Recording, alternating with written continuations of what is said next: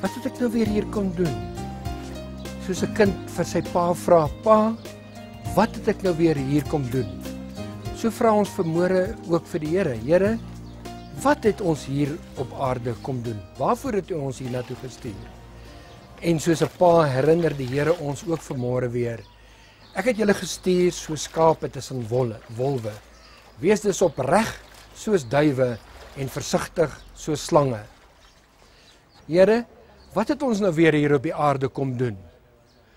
Die Here herinner ons dat ons na mense gekom het en as U hierdie vraag vra, dan is daar bewoonheid in U hart oor mense in nood. En dan kan jy ook verwag dat die Here jou vandag wil gebruik in mense se nood. Onse Vader, gee ons vandag 'n oog en 'n hart om mense se nood raak te sien en U wil te doen. Amen.